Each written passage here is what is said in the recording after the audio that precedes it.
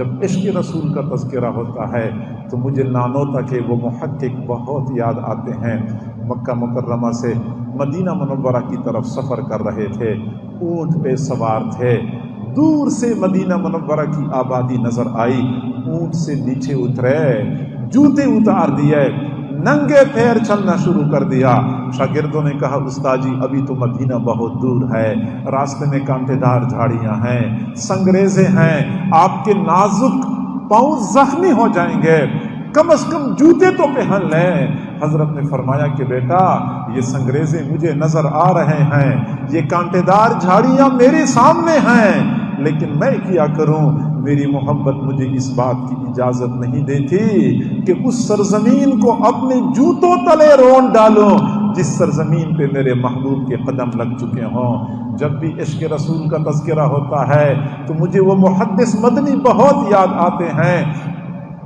دارالعلوم دیوبند میں پڑھا، یہیں پہ پلے بڑھے، لیکن حضور صلی اللہ علیہ وسلم نے اپنے پاس بلا لیا، چنانچہ مدینہ منورہ میں مسجد نبوی میں منبر رسول پہ بیٹھ کے 18 سال تک مسلسل احادیث رسول کا درس دیا۔ میرے بھائیوں، ہمارا یہ عقیدہ ہے کہ حضور صلی اللہ علیہ وسلم کے روضہ مبارک کے پاس کوئی بندہ کچھ بولتا ہے، کچھ پڑھتا ہے، رسول اللہ صلی اللہ علیہ وسلم اپنے ہی کانوں سے سماعت فرماتے ہیں۔ میں خود ہی تصور میں مگن ہو جاتا ہوں تو مجھے یوں محسوس ہوتا ہے جیسا کہ حضرت مدنی رحمت اللہ علیہ کو اسی لیے مدینہ منورہ پہنچایا گیا تھا کہ حضور صلی اللہ علیہ وسلم نے حضرت مدنی سے سننا تھا کہ آپ مجھے سنائیں آپ نے دارالعلوم دیوبند میں اپنے اساتذہ سے کیا پڑھا ہے۔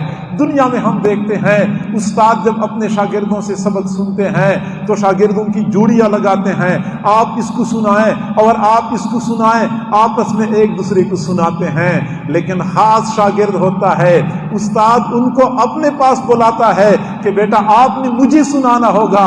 استاد براہ راست اپنے شاگرد کا سبق سنتا ہے۔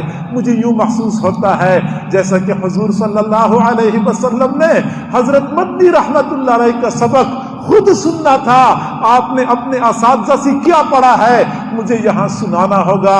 18 سال تک مسلسل اپنے محبوب کو وہ حدیثیں سنایا کرتے تھے۔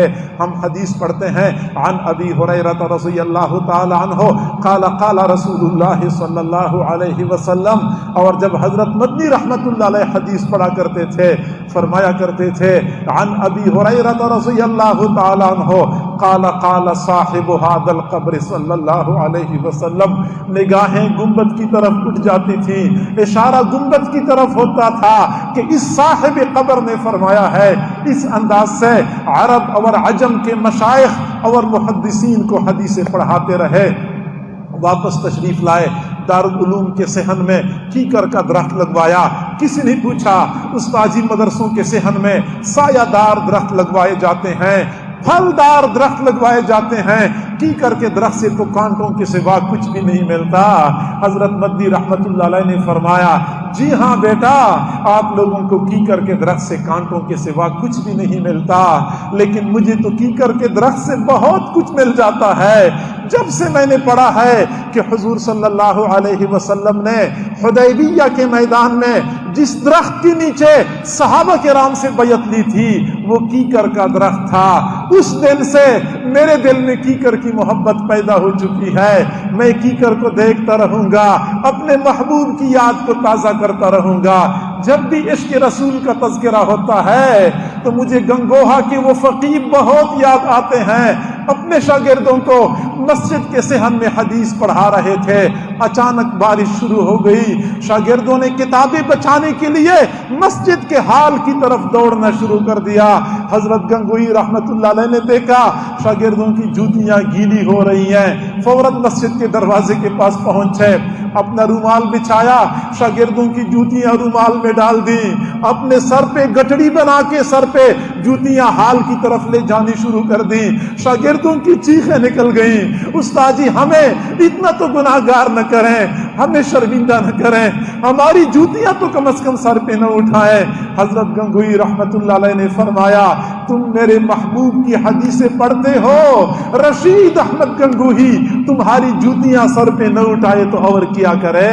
میرے بھائیو، حضور صلی اللہ علیہ وسلم کی حدیثیں پڑھنے والے طلباء کے لیے دل میں اتنا مقام اور مرتبہ تھا، اس دل میں حضور صلی اللہ علیہ وسلم کی محبت کس قدر موجزن ہوگی۔ یہ وہ قدسی نفوس ہیں، یہ وہ شخصیات ہیں جن کے بارے میں سنی سنائی باتوں کی بنیاد پہ ہم اپنے دلوں میں بدگمانیاں پیدا کر دیتے ہیں کہ یہ لوگ گستاخ رسول تھے، یہ نبی کو ماننے والے نہیں تھے۔ میرے بھائیوں، میں معذرت کے ساتھ عرض کرتا ہوں، میرے اکابر کے حالات زندگی کا مطالعہ کریں، کتب خانے بھرے پڑے ہیں، آپ کو پتہ چل جائے گا کہ یہ کیسے حضرات تھے۔ ان کے جسم کی رگ رگ اور ریشے ریشے میں محبت رسول سمائی ہوئی تھی۔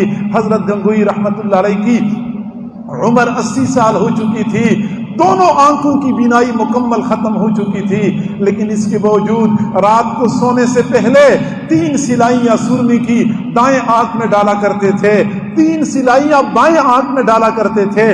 کسی نے پوچھا استاد جی سرما تو اس لیے آنکھوں میں ڈالا جاتا ہے تاکہ بینائی محفوظ ہو، آپ کی بینائی تو مکمل ختم ہو چکی ہے تو سرما ڈالنے کا کیا فائدہ؟ فرمایا بیٹا مجھے بینائی سے کچھ بھی لینا دینا نہیں ہے، میں نے اپنے محبوب کی ادا کو زندہ کرنا ہے۔ میرے محبوب آنکھوں میں سرما ڈالا کرتے تھے، میں بھی آنکھوں میں سرما ڈالتا ہوں۔ اولئک آبائی فجئنی بمثلہم، اولئک آبائی فجئنی بمثلہم اذا جمعتنا یا جریر المجامع۔ اللہ تعالی ہم سب کو سمجھنے اور عمل کرنے کی توفیق عطا فرمائے۔ وآخر دعوانا ان الحمد للہ رب العالمین۔